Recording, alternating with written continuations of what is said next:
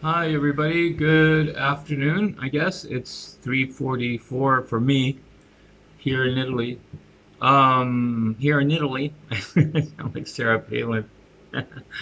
um, I want to share with you something I wrote just now to a person I listen to, I follow on Facebook all the time, called Sheldon Solomon.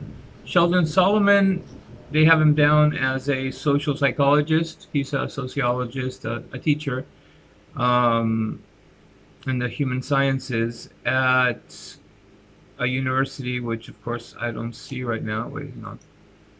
I have professor of psychology also, psychology at Skidmore University, I believe. Okay, I mean, without dwelling. I didn't prepare to give you. Oh, Skidmore College. Skidmore College, yeah. I follow him. You should check him out. He's interesting. He's like a hippie sociologist, science teacher, um, and he goes to school dressed like a surfer with long blonde hair, and he talks about basically exactly the same subject I often make videos on, and for the same purposes. In other words, understanding what is happening to humanity, what understanding the human mind and why we do this, the things that we do as a society, as a civilization, which pertain to so many thinkers and scholars elaborating on where why are we greedy? Is that our problem? Is it avarice? Is it anxiety that causes us to be self-destructive? Where does violence come from? And these sort of things, right? And he is exactly in the same ballpark that I always like to record my videos about. Um, I have Salvatore inside the room because it's hot. Today's got to be like the hottest. If not, I don't know if it's the hottest day, but you feel like the radiation busting through the walls. It's incredible. Anyways, I tried walking outside and the sun blasts you, but at the same time the air kind of relieves some kind of wave radiative frequency or something, because when you're inside, even though it's a little cooler, you start feeling like you're baking. It's very strange. And I got the fan on, and Khalil is totally passed out on the couch, and so we're sailing through this day and here. And I was just watching this documentary by DW, which I watch all the time. It's called Money, Happiness, and Eternal Life. I saw it once before, and I fell asleep a few hours ago on my bed listening to it. Automatically came on YouTube. I didn't realize I had seen it already, and I got up and I started catching the last part of it. It's an hour and a half long. Um, I'll leave the link on the video, on this video, and then because I saw something interesting towards the end, which I guess I had missed last time, which was the whole spirituality of people who, about the spirituality of people who are trying to overcome death and the fears and the anxiety. So it's kind of made around the idea that many believe that it is death that propels us to be anxious and all the other problems, as they order them out from this ultimate um, truth that we have to face. And in any case, when I saw that he was exactly in the same ballpark that I always like to write about, I wrote him a letter saying, I need collaboration desperately because I'm terrible. I'm not well read. I don't like reading. I have learned I'm one of the new generations that have developed their understanding of the world through visual and listening, and that is later in us of these newer generations. is calibrated or how do you say this? The level of quality is basically determined by how you process and interpret, how curious and interested you are in learning, and then how you balance what the world teaches you or tells you to believe or evaluate, and then what you make out of all this information that comes at you. And so there are whole generations now that are basically like me, that understand and know things, but we are not well read or studied where we can make a whole dissertation substantiated by bibliography and references to people who have said this in this period in time and the movement that was started by this other person. And no, we just kind of put it all together and get stuff, right? And so I wrote him a letter. I've always wanted to write a book on Gaia humanism, which is the name I've given it. And I know that, I've kind of like teased a little bit the idea, so I looked in to see what you need. There are sites that supposedly help you, but basically you have to research and substantiate this aspect of comparison with what other people have said. And I've spoken to friends via the internet, via Facebook, and people who are interested in things that I've said, who are much better read than I am, and they have wanted to enter in arguments with me where they say they substantiate their correction on what I say based on things they have read. And so I can't argue back with that, because I can listen to what they explained this thinker said, for example, in the 1700s, and listen to it and then say, well, no, that to me is incorrect, or it doesn't, I can prove, or what I say proves that wrong because this and that reason, but I can't give reference to anything. It's kind of a difficult situation. But the message in this, before I get into the reason I'm even making this video, is that you should believe in yourself. You should, when there's a part of you that is not conditioned, it's a part of you that does not know because it has been conditioned to by by the outside world, by what you believed in, by what you read, by being convinced that enough people say that it must be true, and therefore you subscribe to ideas. No, but there's a part of you that simply is much deeper, which kind of knows something is true. And maybe when you try to put that into words and elaborate it, you find yourself many people that understand you or support you, or there are people who are saying similar things but are in a completely different ballpark of social intellectualism, or professionals, they're teachers, they're scholars who are writing, who are studied, and who have come to your area or your perspective, your philosophical, a similar or an equal or parallel philosophical perspective, but not from having learned from the world like this, by listening and paying attention and being interested, but because they studied and got to the same conclusions that you have from your heart, from your intuition, and you listen to them and you say, yeah, that's exactly what I believe.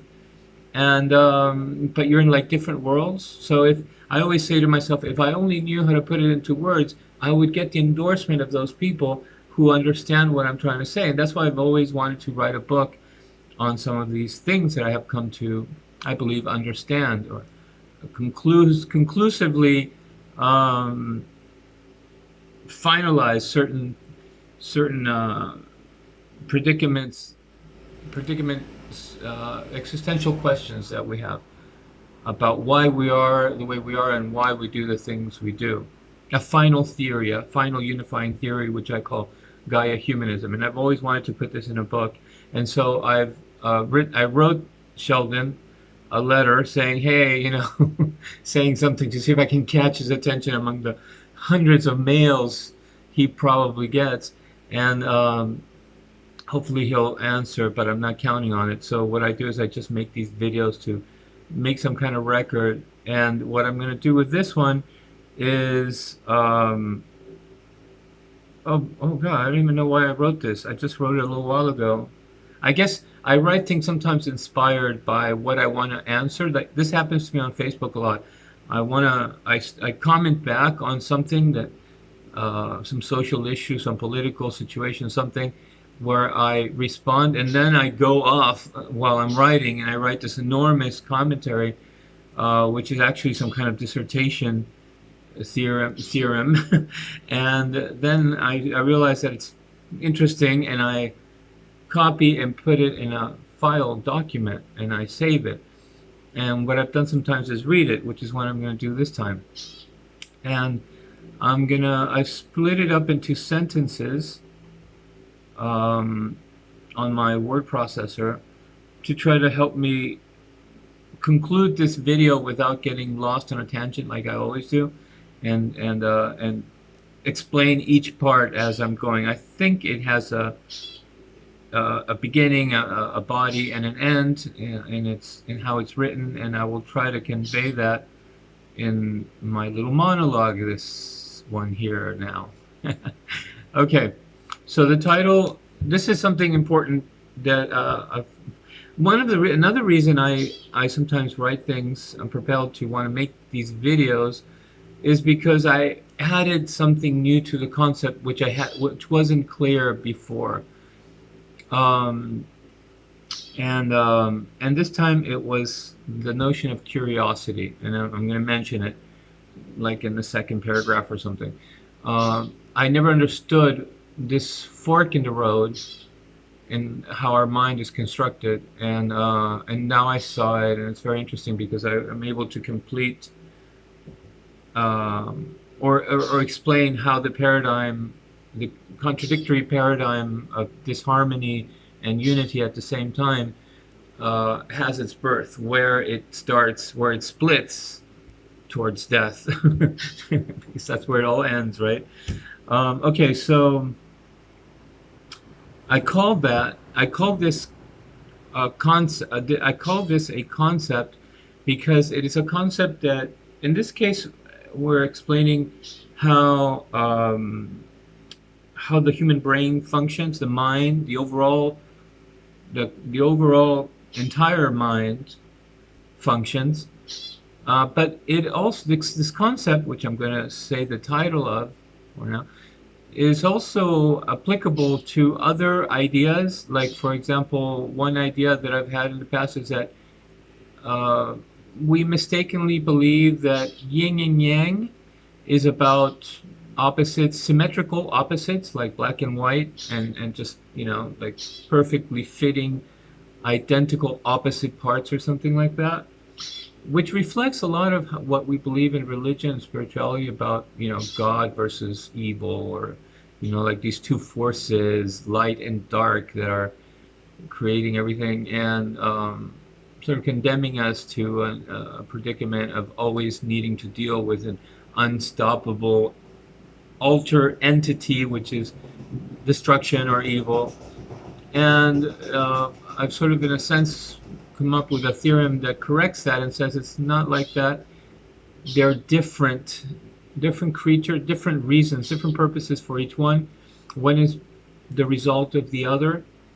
So it's one comes first and then the other. The other is sort of a reaction to something that the first one encounters. And so that is a different concept than, I just don't want to explain it right now because it's not what this video is about.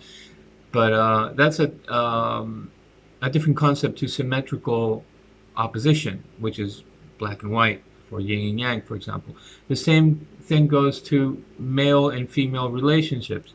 It's not like two parallel, symmetrically equal beings, one with a little stick and the other one with a little hole, but they're perfectly symmetrically identical. No, which is kind of what today's ideologies are forcing on society.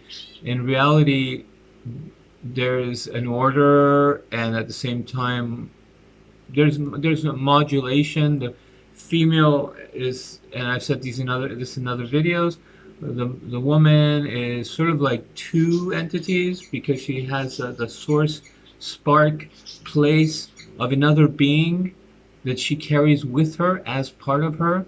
So it's almost like 2 points of initiation: her own self and the new being that will come out of her belly, right, out of her uterus. And the male, which doesn't have this, has is just linear, the single point of his being, of his sense of self. And perhaps there's the ghost of what would be the place of his offspring, which is barely noticeable, sort of like the nipple in the man is there, it's there, it does something, but it doesn't really do anything. While in the woman, her breasts are completely useful and abundant and so forth. Um, so these are different kinds.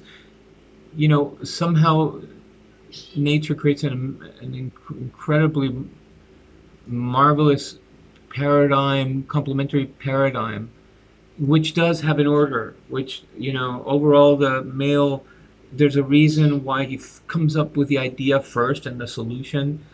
Perhaps it's because the mother has other things that's just more out-rounded, all around kind of perception, not just for her baby, but because of her baby's connection to the whole of society, and therefore she's always aware of other people affecting in different ways the wholeness of her couple, for example, of her and her husband, and ways that the man is more like boom, boom, boom, boom, this one or that one, if not this one, then the other one, more linear.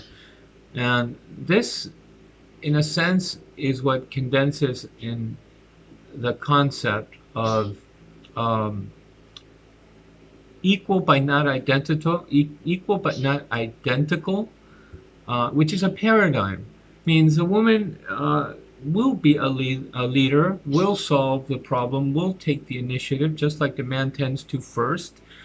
And this occurs because there are times when the man's not going to be around. So she has to be able, her first thing is she wants to learn everything the guy is doing in abundance and very in excellence, like he has been doing for a long time, building, and so his mind is more geared to going and, boom, building that bridge, with his fellow mates. And because he may not be there, the woman, the first thing she wants to do is learn everything the guy does, and she has an ability to learn more intuitively and therefore more overall. It's just fascinating. I don't want to get lost in this, but in order to substitute the man, she will be able to build a bridge because she first learned it, and then she becomes a bridge builder next to the male, and there are two bridge builders all of a sudden. And so you have equality, and at the same time you have order. And this is the paradigm in the relationship, which we're just not really apparently too fascinated with.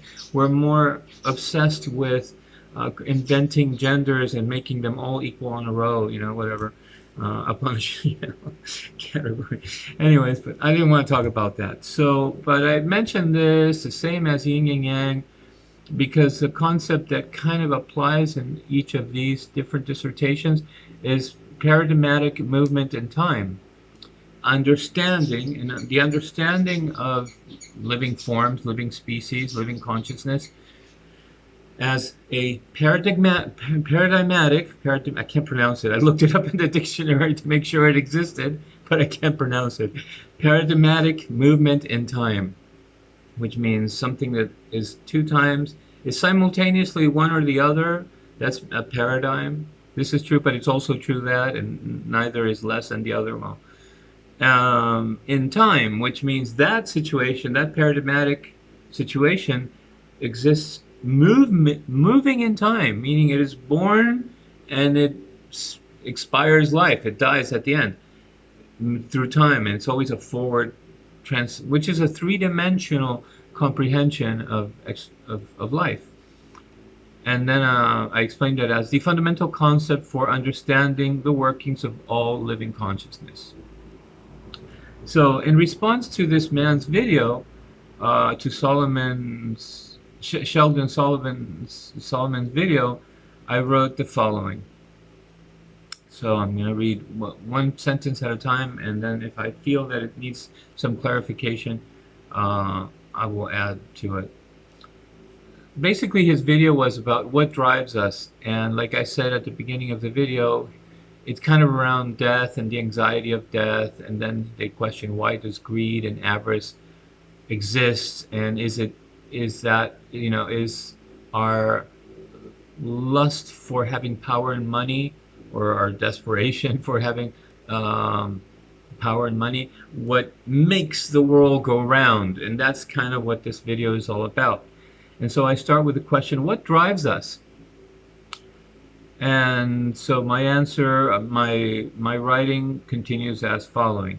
It is not just one thing, or rather, yes, it's initially and always one thing in the essential first push that drives all life, the, the obligatory will to live. In other words, evolution is sparked, and all living forms have a force initially and forever that constantly pushes forward, just wanting to live, wanting to bust out life on every planet in the universe. Once we appear alive on this earth and other things start joining and pushing us forward more strongly, like the need to think thrivingly, which continues to do so after our senses,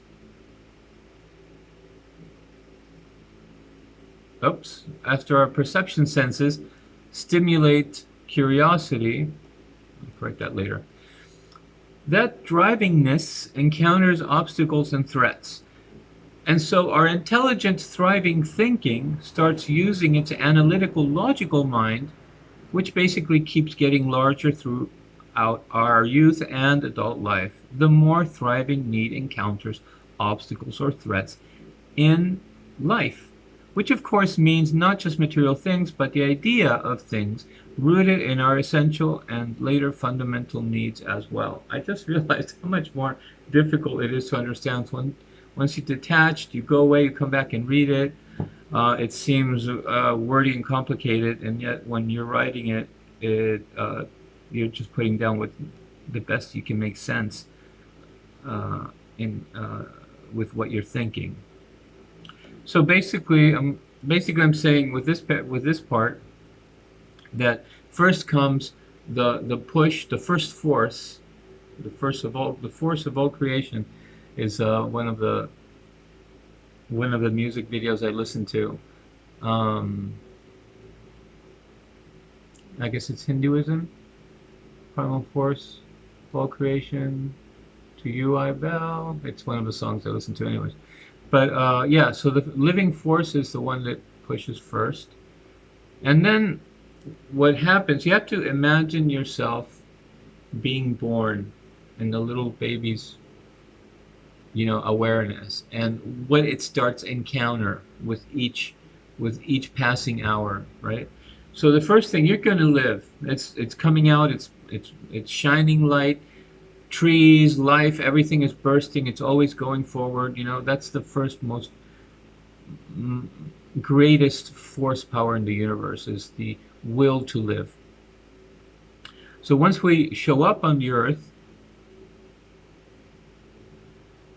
it needs to obviously think, because we have now evolved to a thinking, intelligent consciousness.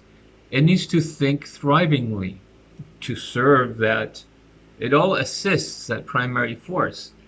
So we have to thrive. We have to, it's not just being born and I'm alive, boom, dead in the water. No. Force is continuously pushing, so it wants to thrive. And the first thing it encounters, first obstacle or threat it encounters, it will want to make it thrive even more, because the first directive is to live. And so if you try to get in the way of thriving, which is the first necessary thing, that thriving will be even stronger in order to live more strongly, because that will always be the prime directive for the rest of our days.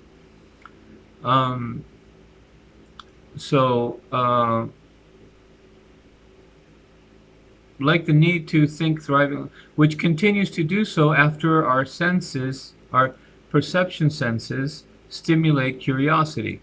Right. So what happens is when the baby is born, it has all these senses. It sees, it hears, and whoa, it's engaging the world it was born on into, and that thriving takes will be served by those senses, by what it hears, by what it sees, and by what it thinks because of its senses. Um, that thrivingness encounters immediately. We encounter threats and obstacles. Uh, as soon as the baby starts walking, it trips. As soon as it wants to reach its mommy, there's maybe mommy walks too fast, or you know, the weather, the cold, as we're growing up, obviously. The need, we can't find food when we're hungry at that very moment. Um, you know, wild animals or something that we have learned is scary or can hurt you.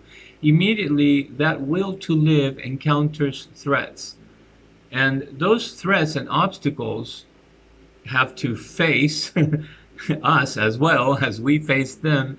It has to face what our mind is doing with our senses. In other words, we now see the threat, and so our mind starts thinking, because the will to live has to overcome that threat, my thinking mind is elaborating and analyzing logically how to overcome that threat and no longer have to suffer it. To do so, our sense of the thrivingness encounters obstacles and threats, and so our intelligent, thriving thinking,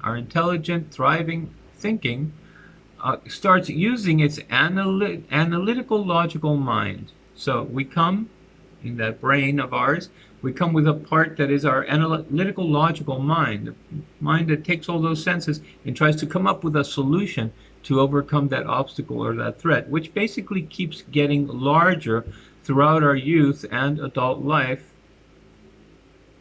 which, the more we grow up and the more complicated these threats and obstacles become, or situations that we got to solve, and it starts becoming really densely complicated with society and different things that may or may not be or may not result in a threat. And so we start, we create subjunctives and conditionals in our language. And that logical analytical mind starts getting more elaborate.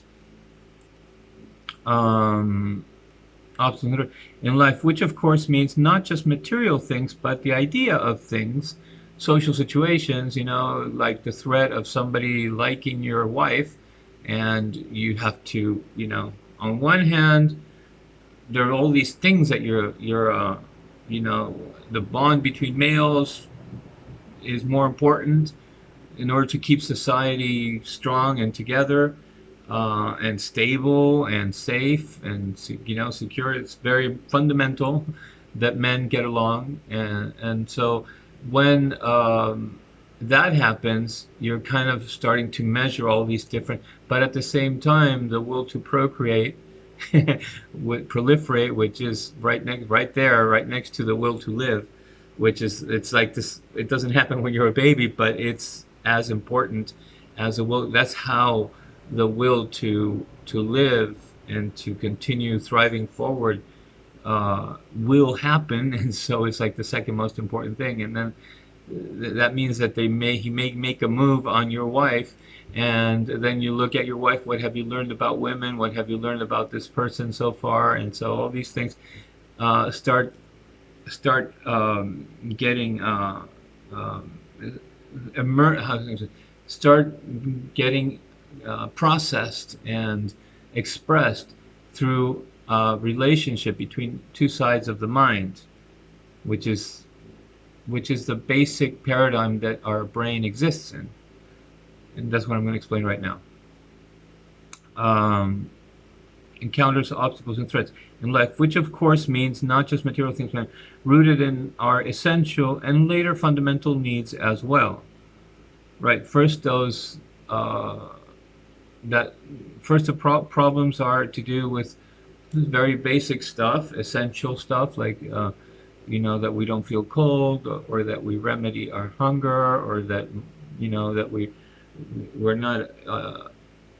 that we can touch or access or you know, be held by our mother and our father when we're toddlers. But then later they become fundamental needs, which is, you know, having a house, having clothes to wear, and food in your kitchen. Okay. Still, this is not why greed and avarice occur, though it may well be where anxiety and defensiveness begins. It is, however, the reason we instantly awaken our very, very ancient primitive sense of insecurity and fear. So now I'm going to introduce the other part of our mind, of our brain. At this point, there isn't much we can do about how we are wired by evolution, as it is impossible to extirpate greed, avarice, defensiveness, or anxiety from our psyche.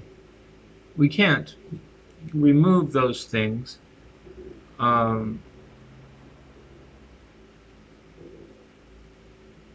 We can't remove. I'm revising this. I might have to rewrite it.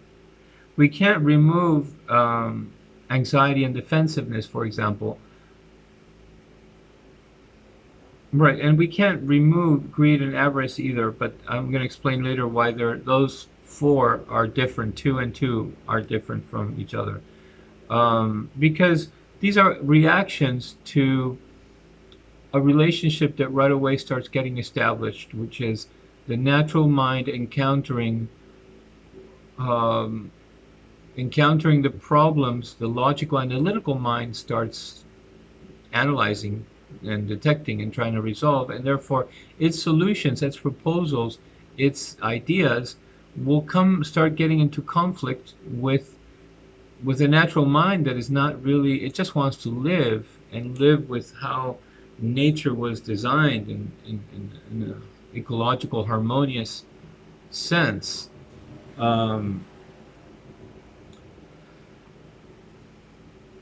The reason is that our logical analytical mind, though it obeys our first directive of living and thriving, it is poorly in sync and irrespective of the rest of its psychological non-thinking mind, physiological, the rest of its physiological not thinking mind, or in other words, the rest of its species' natural functioning design in all its pantheon of individual and social needs, basic and necessary emotional sentiments, intuition, which could the primary natural mind, which could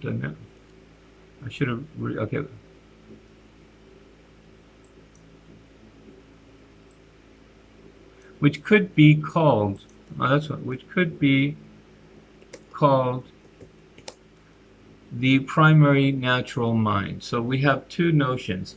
The primary natural mind, which is kind of like, I already know what hunger is. You know, I know that I want to eat something, but I have no explanation. It's almost like we intuitively know how the world, the natural world, is ecologically designed, or designed. Life on this planet works, you know. And there are things that are part of that natural mind, like, for example, that we have the right to go to somebody else like us, to approach somebody else, that we should get along, that we're part of the same collective, that our parents matter, that our siblings matter, that you know, that I want to move in that direction, and I have the free right to move about. For example, there are things that we just do, even though we may consider things that are trying it or challenging the way in which we're going to do it, we still know that that has to happen. And this is what I call the primary natural mind.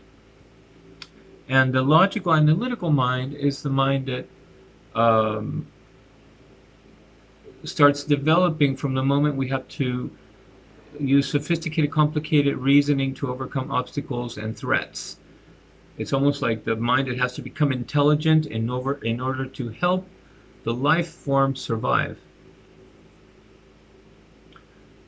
assist the life forms, and they both have the same purpose, to continue thriving and living. The primary natural mind is closest to our eternal, physiological, or evolved form, or our ultimately physical truths. The logical analytical mind, though it was born out of curiosities, soon found need to overcome obstacles and threats, is seemingly and necessarily set on a trajectory to succeed in its purpose by almost wanting to disregard the primary natural mind. So here I start talking about how the logical analytical mind kind of doesn't know about how life and natural forms are designed by nature and evolution. It just knows, it's just busy devising ways of overcoming obstacles and difficulties. It's an analytically concentrated, intelligent mind. And so that's its strength. That's why we create bridges and go to the moon and have math and have complicated philosophies and ridiculous ideologies and so forth.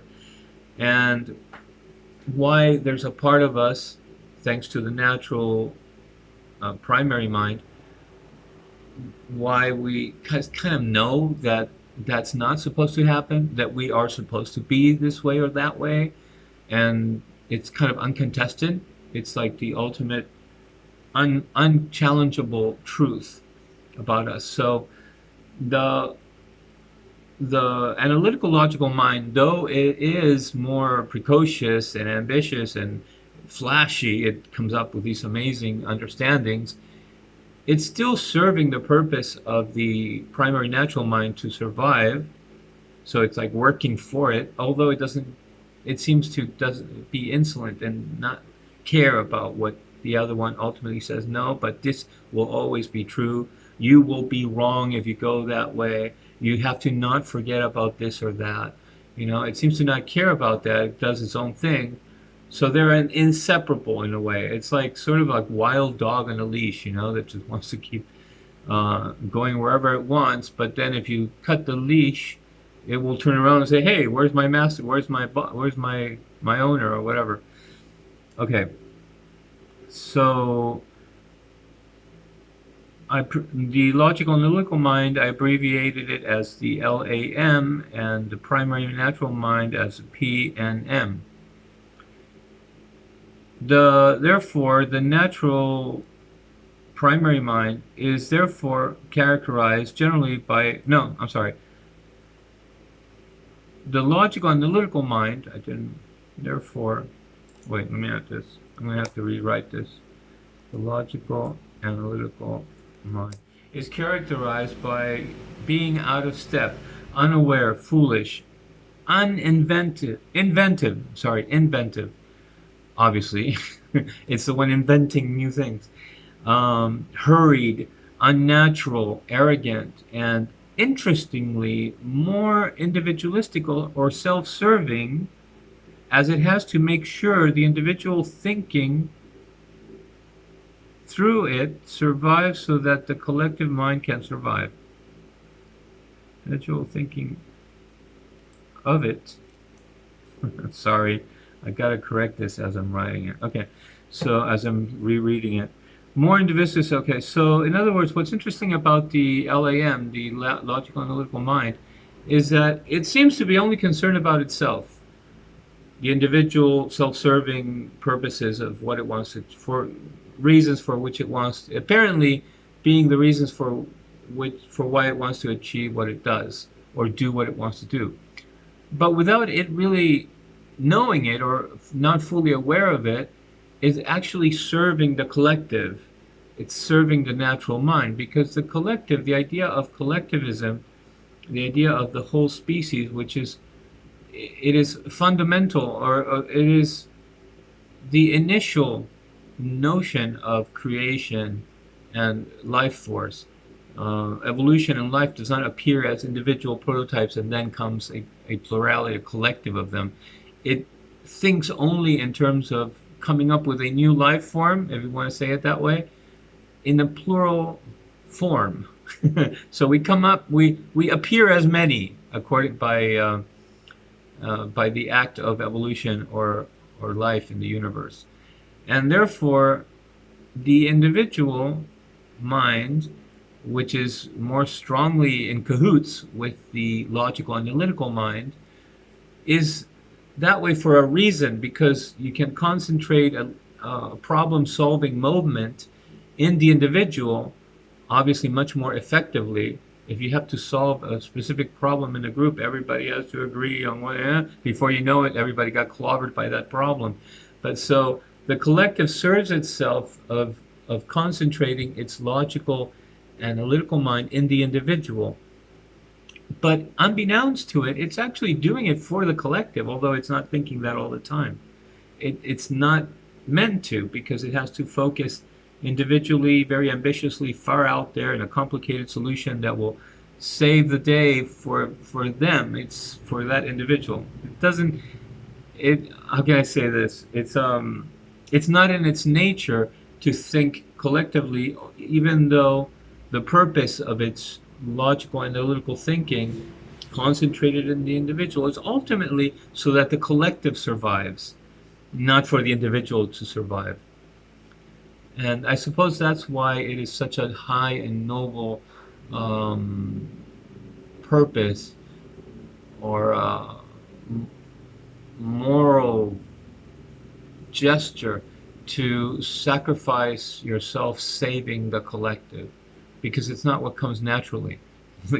You are thinking that way in order to save the collective, but we're not designed to be consciously aware for it. Otherwise it couldn't be a separation, and therefore a connection, or rather a separation, and therefore a relationship and a unity between the logical mind and the natural mind. There needs to be a separation. So when you're saving the day, and in that complicating invention that you're doing to solve the problem, to resolve the problem, you're not really aware that you're doing it for the collective, although you're motivated because it's self-serving.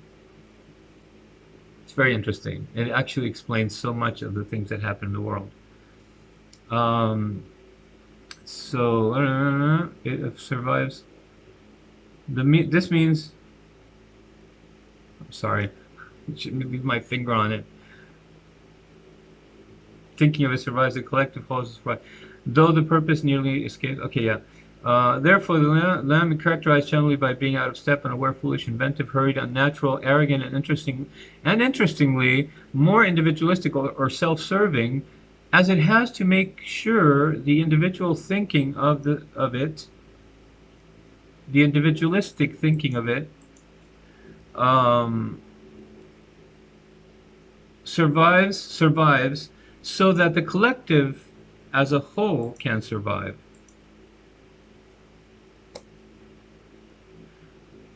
Yeah, now I know what proofreading is for. You give it to somebody else so they can rewrite it, basically, make it understandable. This means that the logical analytical mind takes little time in starting to ignore or step over the foot of the primary natural mind, which is always better associated to unbeatable eternal truths. This is basically what I just explained. It deharmonizes with it, so it does its own thing. It is insolent to it, does not catch itself ignoring it, and thus eventually starts harming it, which is unavoidably, as perpetually uninclined to recognize it as it may be, hurting itself in the long run and even becoming self-destructive. Yeah, our logical mind, in other words, thinks that it's getting away with saving itself, but because it's not so well in tune with how it is actually serving the collective, it will go off and it will start destroying and being self-destructive, i.e. war, without saying much more. War is an invention of the logical mind, and what does it do? It ends up killing our own babies. It makes absolutely no sense. It is the collective natural primary mind prioritizes the baby. It's all about the baby, so that the species continues to grow and thrive and maybe go to another planet and continue evolving. It's not thinking in any other way that it's not that is not about thriving and expanding, and therefore it needs to prioritize its child, everything. And so you see natural social order, psychology of the couple, and all these things are created by evolution and nature to protect the baby. It's all around the child, right? And you go to parts of certain cities in Europe, and you see parents with their baby, and everybody's like in an audience, it seems, in a park, looking at their babies in the middle, playing. You see a manifestation of this, and yet because we are so out crazy with our logical analytical mind trying to solve and create and design systems of administration and how to deal with confrontation, we end up resulting in wars that kill our own children or the children of our brethren, our same species in another country, and our own children, because we invented guns, and guns kill our own children in our own country. So you see, the logical analytical mind does it, but it's not because it is stupid. It's far from stupid. It is clumsy and dumb when it comes to the ultimate and highest truth, which is the proliferation of life. So ultimately, it kind of starts. Some people start thinking philosophically and what have you, analytically, inspired by things that are shining from the natural primary mind. And so they attempt to invent or structure a political thinking that is responsive to what they see as actually the higher truth. Gun control, or abolish guns from a society altogether, because people are stupid. They'll play with the gun and they'll end up shooting somebody or getting angry and thinking that they have to pull the trigger. So anyways, it's not like the primary natural mind is absent in our logical analytical constructions. No, it manages to, we inspire it, and we sometimes start thinking. Ecological sciences, for example, are a strong attempt for us to design systems and sciences according to how nature has designed and evolution has made the world. The reason for this, okay, perpetually inclined to recognize, okay, becoming self-destructive. The reason for this paradigm is that they are both born in the same one singular entity, which is the human being's brain.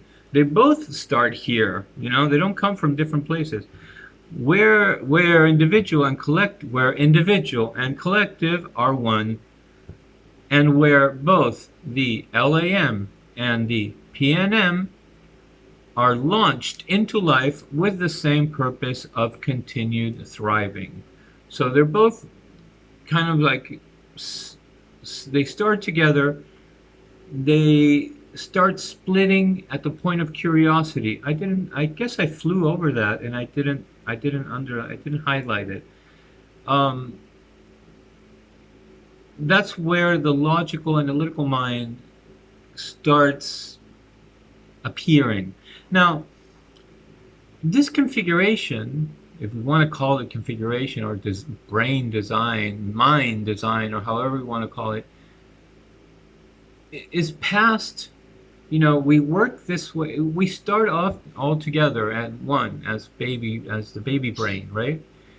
Now, at the point of curiosity, the logical analytical mind starts doing its thing, but that predisposition was already there. That's what it's meant to do. And we inherited that through DNA in our genes, through the generation before us. It's not something that gets done by the artifact of civilization.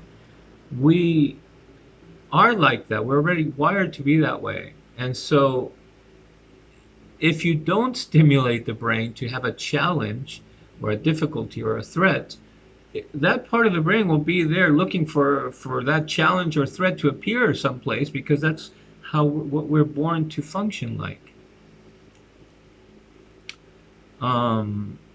What's interesting in politically and sociologically thinking is, how could we make a world that satisfies our the evolutionary design of our mind, that will stimulate this need to be, maybe a little strong or hostile or violent towards uh, acting against obstacles or a threat, and have it not ever cross a line and result in killing another, harming another person. You know, this is basically what I've been trying to do, but not very hard apparently. Um, so some people have some science fiction film, I think, once tried to propose the idea of substituting war with sports. Combat to real tough combat, and that's how countries advanced or something. You know, these are not inventions. It's not something that I alone all of a sudden come up with. It's really a matter of ordering everything that we know, we have learned so far in the past 60, 80, 100 years or whatever, and putting it all together, having it all make sense, putting it all in order. The reason for this paradigm is that they are both born in the same one singular entity, us, which is the human being's brain, where individual and the collective are one, and where both the LAM and the PNM are launched into life with the same purpose of continued thriving. I'm going to make a side note on this, which I think is interesting. It seems that our tendency to want to split in a polarized or binary kind of logic is so strong, but I don't think this is the reason. I don't think what I'm explaining now is the reason why we tend to fall into polarity. And yet, it may have to do more with other things. It has to do more with other things that have to do with how language is constructed in our brain, and how we are very linear and polarized in our most important thing, which is to produce a solution for an obstacle or a threat. And so when we see a threat or an obstacle, we focus on that point, on that thing which we want to get out of the way, and then our solution is a result of our analysis of that. So we see that if the sky gets gray and purple at the same time, it means that it's going to hail. And so then we start thinking, whenever the sky is gray and purple, it hails. And if it's going to hail, I'm going to make a stone roof. It becomes, a problem solution, a very linear way. And our language is by virtue of it being the result of a relationship between ear and mouth, is also linear. I mean, if our language had to do with our eyes, we'd be speaking, making visual effects with our hands at the same time, and it would be a three-dimensional communication. But because we started speaking and hearing and speaking in order to satisfy the hearing, and learning to speak through what we heard, and da da da da, it's a string of words, and so it's very linear in combination with our problem-solving situation. There are strong forces in our evolutionary path that take us to easily be polarized. Now, if in our brain we have two main areas which are represented by the logical analytical mind and the primary natural mind, which is the collective and the individual, which are one because they're not separate, but we have a notion or a sense of the importance of us belonging, of us being accepted, of I am all of them, all of this my same kind, and all of the thoughts thereof are part of our collective mind. Our assumption that somebody else will like something comes from the fact that he's or she's also a human being. And then there is the individual mind, which says, I want this, or I have this, or I'm going to do this, right? Um, and so these two spheres of our single brain seems to have resulted in the polarization that many countries are suffering politically right now, where they don't know why. They're yelling and arguing and fighting and putting you on the left and putting them on the right. And sometimes they're hypocritical. They say something that used to be of the left or of the collectivism before, and now they're upholding it, or the other way around. That used to be conservative, and now it's conservative, whatever. But somehow there's a stronger tendency than any of these rationales that are now having our political tendencies in fights around the world. More strongly than that is just to want to polarize it into two camps. And I think it's very interesting because we need to, if we seize that and see that we're just propelled to want to divide things polarly, or binarily, and it's not really about it making any sense, or there needing to be a reason for it to be collectivism, left, or socialism versus liberalism, capitalism, conservative, whatever. Nothing there would be no arguments that one is better than the other. They both have things that are better than other things, and they both have things that are worse than other things, other points that they make. So we're trapped by the force to polarize, not by the righteousness of either one of their arguments.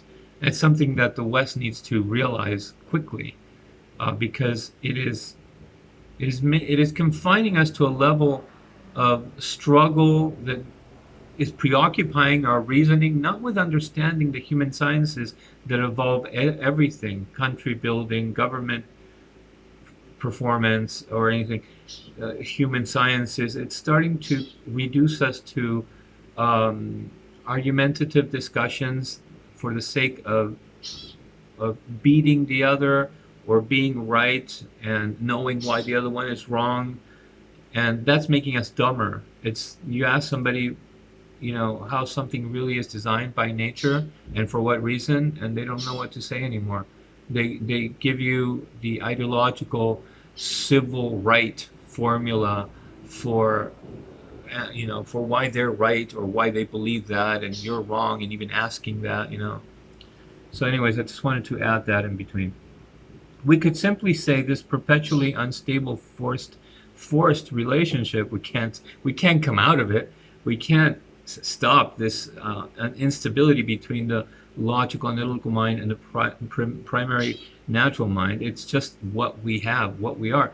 And actually, it is the most important thing that we can realize, because by understanding that this is our first predicament, not just challenge, not a challenge that we can overcome, but a predicament, a situation that we will not resolve, but will make us all that much better at creating our civilization by owning it, by realizing this is what we are, this is what we will forever have to deal with, this instability between these two parts of our mind, which is a place that we've never been in, we've never had in civilization.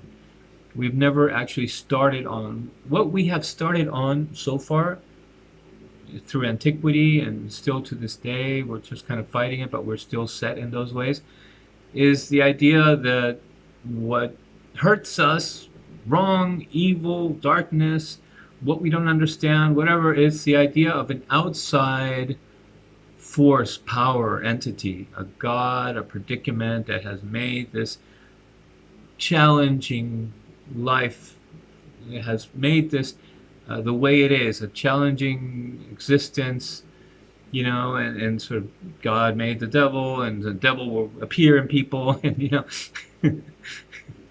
and so what's happened in the past is that the unstable predicament between the LAM and the PNM produces a question. To go back to the old example, When we kill our babies in wars, or guns kill our family in our own country, the PNM, the primary natural mind, the ultimate truth, the one that absolutely knows this is wrong, says, wait a minute, I'm supposed to live and thrive and continue proliferating and growing and consuming, eating in order until I expire, right? It's always forward going. This is not supposed to. I don't attack myself. I only go forward. I only grow. Um, it immediately produces a question. The dyssyntony, the how can I say this? The lack of collaboration of the LAM in this predicament causes the question, causes us to say, wait, something's wrong here. So understanding this is the most important thing humanity could do, because it's saying, well, I know why I just killed my own children or my brother's children in a war. I know why we're wrong in doing that and punishing people instead of healing society. I know why we're wrong in thinking politically that way instead of this solution, which aims at something great and fair and universal. I know it is the unstable relationship. It's not the fault of the LAM.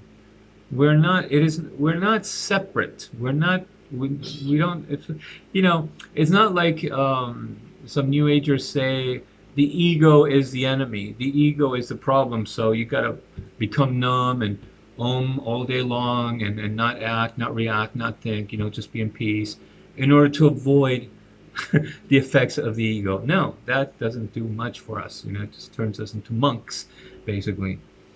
But we have to understand that we are the I can't find the right word, incongenious relationship that is the LAM and the PNM stuck in the same brain. We are that. So seizing that as the form that we are is our first step towards salvation, you could say, in the sense, in the philosophical sense of the word, towards start designing a civilization that is much better for us, and that maybe it will never be 1,000% perfect, because we will always live with that tendency, but we may no longer have wars, we may no longer die in fear, we may no longer kill anybody, or we may no longer condemn people to some form of incarceration, because there is a number of people that result always contrary to the society we design and we want, or the values, and they just bother us. There may always be a number of people that bother the overall form that we've agreed on for society, but it doesn't mean that we have to condemn them and put them in an island or in a concrete box. It means that we will be intelligent to have a different sector of intellectuality that heals that sort of amalgamates it, that disperses it, heals it and disperses it back, and always deals with a continually resurfacing number and the next generation of people that will be like that. And so, there will be a turnaround. It won't be a filtering, in other words. So we may not ever have the 1,000%, like these sci-fi movies that say that we're all floating around taking pills and only having pleasure and no problems or suffering, no fights or anything. No, there may be hostility. We are designed the way we are. The scope should be that those things that are the result of our evolutionary design, our natural physiology, result in expressions of civilization that are handleable, that we can deal with, that anybody can more or less, in the worst case scenarios, can more or less deal with. Or at the very, very worst, just avoid it. A few number of people who do not want to deal with that, just don't. And end of story. The numbers, the proportion, everything about resolving society and the vision of a future world, or even understanding human behavior and the human collective behavior, has to do with quality and proportion, not with dominating and forcing people to be something or to do something, but with amounts. Because we are a three-dimensional being that displaces in time, and so we have space and time for there to be proportionality resolve the situation. I hope that makes sense. In other words, if we think in terms of getting as close as possible to the natural human design, we will always have maybe too much hostility, which is not fun anymore, or too much violence that is no longer used for putting out a fire, but is a forest fire, but is used instead to antagonize people. And the numbers will be much, much less than today, like 1,000th% less. It will be 1,000th of what it is today. It's not a matter of it disappearing. And then that 1,000th or that 1/10th of what it is today, because we're thinking in always resolving and healing in the movement towards proportionalities towards the future, will be amalgamated, and so we will exist bearable, much more bearable by today's standards in a paradise practically than we are today, which simply wants to push out of the way, take, have, incarcerate, punish, kill, order. It will be a different world because we would be thinking organically in all our ways of understanding society and ordering countries and institutions, and what best befits what the human physiology and human mind expects in a sense, without judging if how we think is right or wrong so much. If anything, we'll be thinking you actually don't have to think so much like that. It doesn't have to be so extremely mean or hostile or selfish or avarice or anxious or greedy or destructive. It actually can be a lot less if you realize that this and this and this and that. Proportionality and quality as opposed to dominance and control. We could simply say this perpetually unstable forced relationship is that of one which is content with existing the way things are, and the other which is always needing to overcome threats and obstacles. Yeah, that's like a one-sentence summary of the relationship between our two sides of the brain, of the mind. So, to make a quick example of how, for example, greed and avarice, which is where this whole thing started, because the Sheldon, or not Sheldon, DW, the people that made this video, they interview Sheldon. He's not the one that made the video. DW says, is it greed and avarice the problem?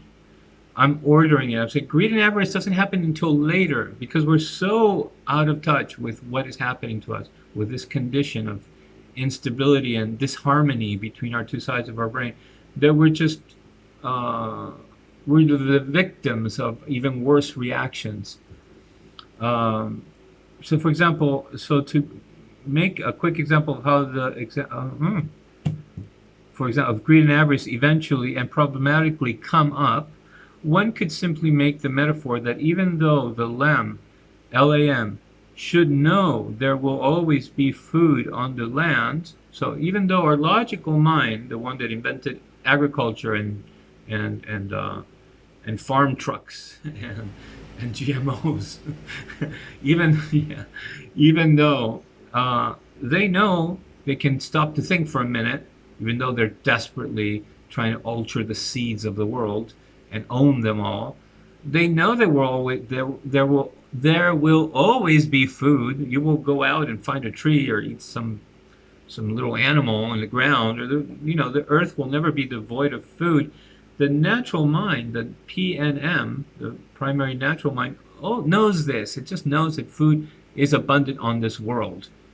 And in fact, friends of mine in Hawaii, whatever you want to call it, New Agers, I like to say always, just to generalize it, will say there is abundance. The world isn't. Just relax. Relax a minute.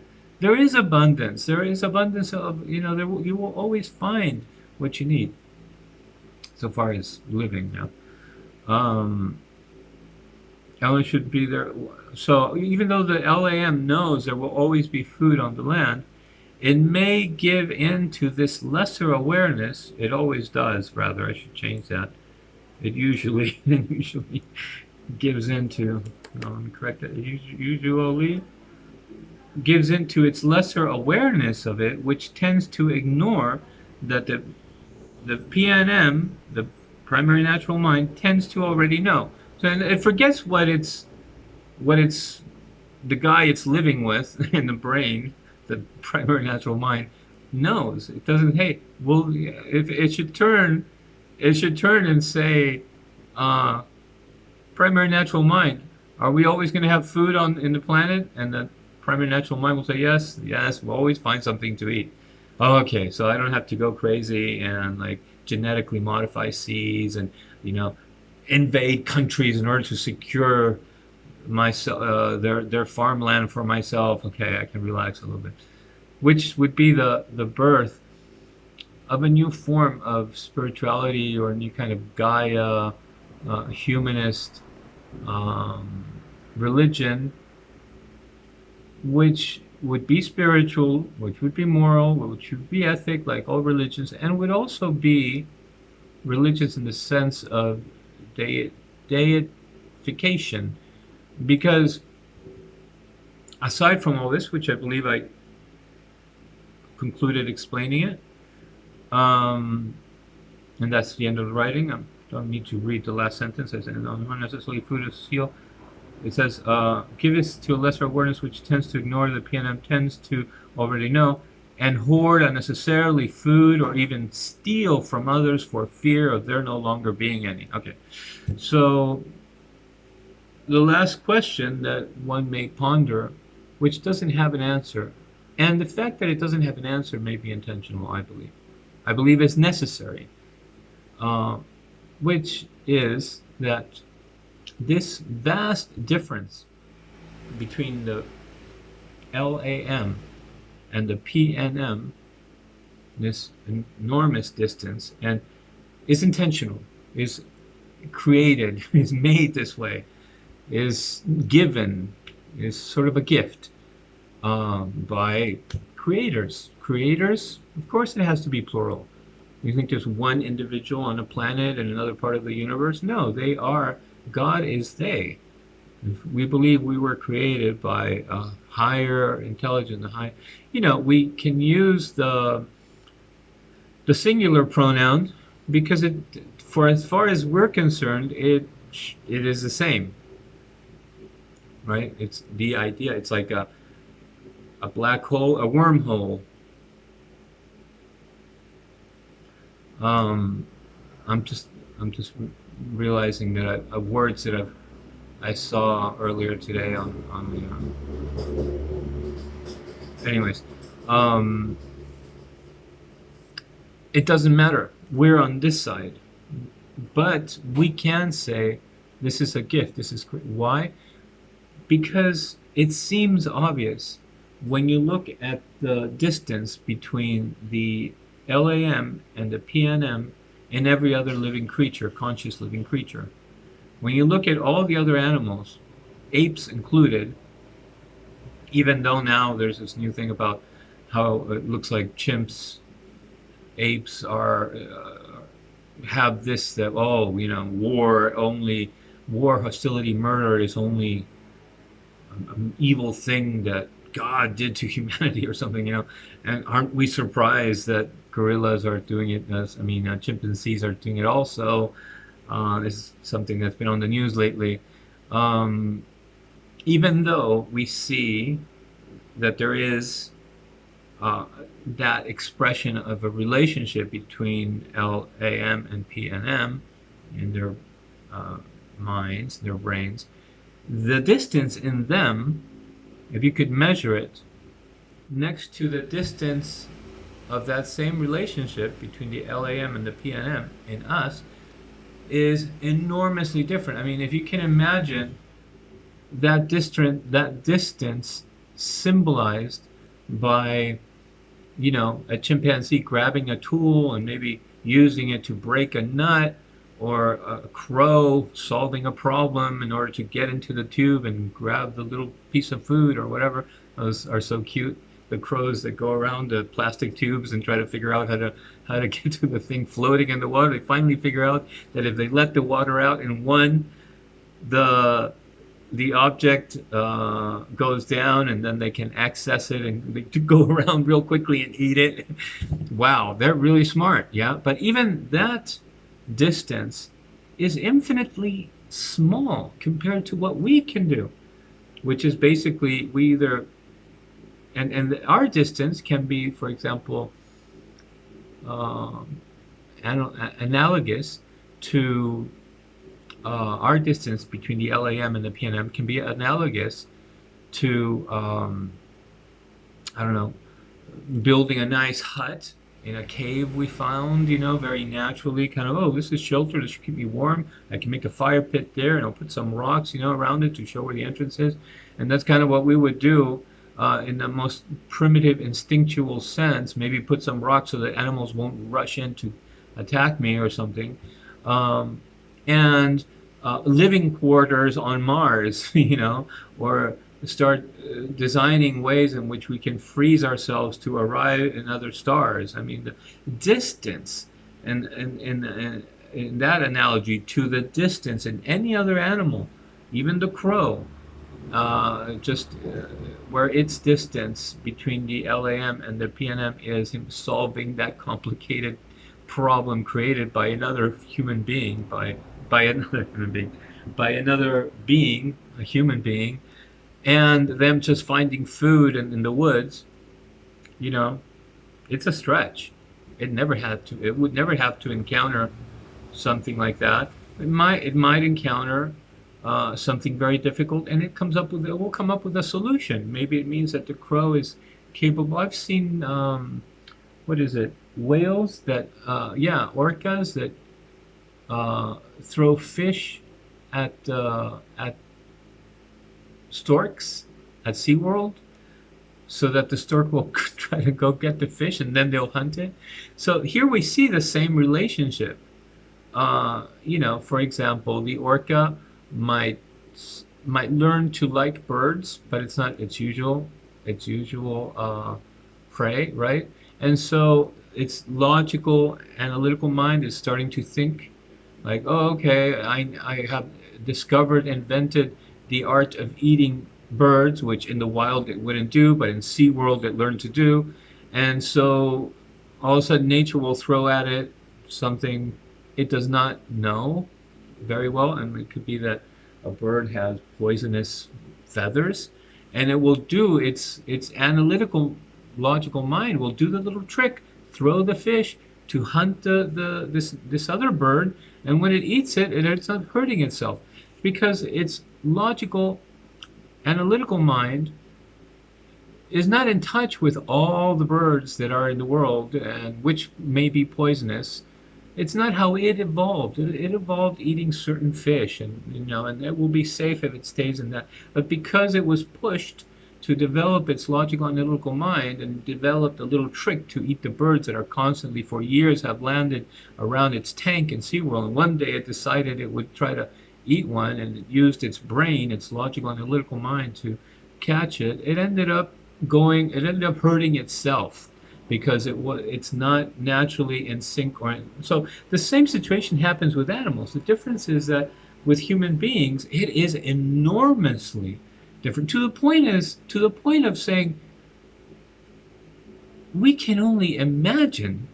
We have no idea. We can only fantastically fathom the immensely and incredibly different world we might have, where we might be able to live a certain way we never imagined possible, and so far as its goodness insofar as it healing and not killing each other, and having abundancy and technologies and health and sciences available, and real human, organic, not inventive ideologies that try to reinvent the wheel, but really richly understanding in all our sciences how the species most best thrives socially, plus all the sciences, plus all the peace and all the lack of violence and harm and suffering, uh, paradise basically. We would, we could have if we seized, yeah, it's such an enormous. What I'm saying is that distance between our PNM and our LAM is so much greater in us than it is in any other animal, conscious animal in the world, that we can't even imagine the world that we might be able to design, the civilization that we might be able to design, were we to bring that distance as close as possible to the PNM, to our primary natural mind. Though using all the fabulousness that or producing and creating all the fabulousness that the LAM is capable of inventing and creating as a civilization, but designing that as close to as much as we feel comfortable, because maybe the fact, well, in any case, this is not what I was getting at. This is what makes it evident that it doesn't seem like it just happened.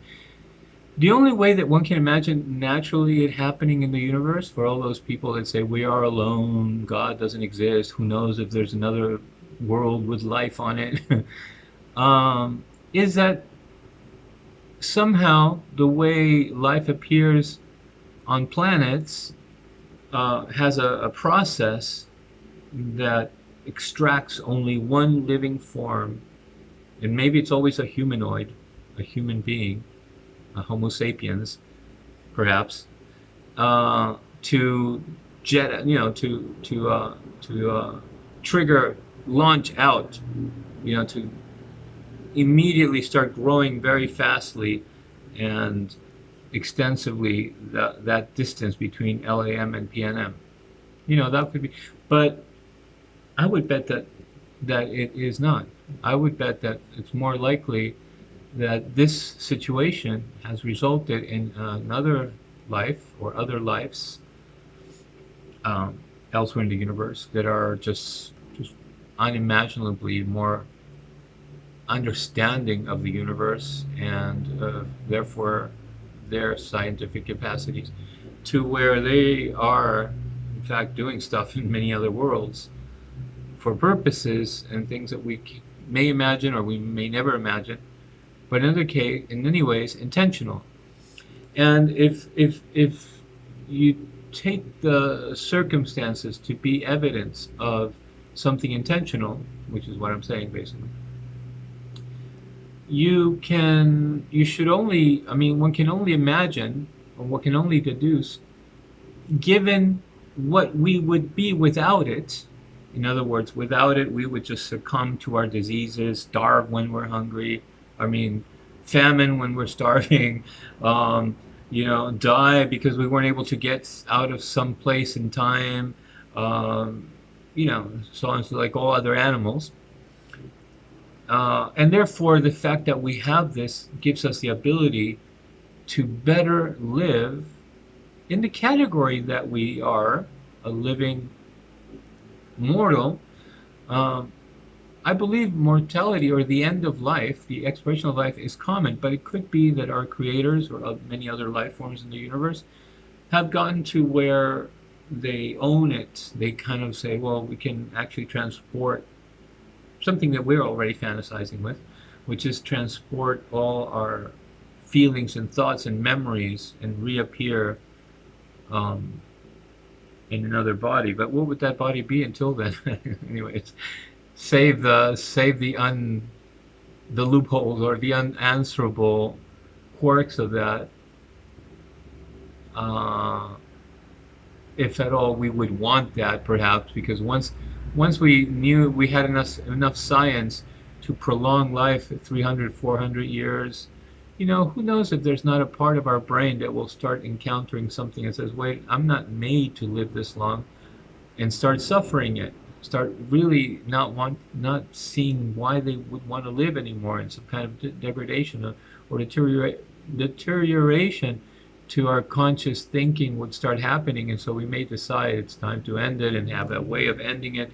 And maybe we could establish, you know, this is a result of okay, we could lay down, for example, a bunch of stuff, videos, recordings, writings, setups. This is just fantasy, but just to imagine, to like the Matrix, sort of expand your imagination to where when we're born in another baby, you wouldn't know it right away, but as soon as you are turn 10 or 12 or something, we have some kind of social ritual where you're initiated and you're taught that you were alive before and that you prepared your continuity. And so then comes the day when you start seeing all the stuff that you left for yourself to continue doing, to continue working on. What I'm saying is that other greater intelligence, they don't need to be immortal to conquer death. We don't have to be immortal to conquer death. Because it seems that everything in the universe expires. It's consumption, like clouds that out of nothing, out of the humidity and the air, just appear as solids in the sky. Okay, so that's it. I hope you enjoyed this video. Sorry it was so long. I hope it makes some sense for some people at least. And okay, I will leave the link to DW's video. And maybe I will paste this thing that I wrote after I correct it also down below in the information part of the video. Okay? Bye. Thank you.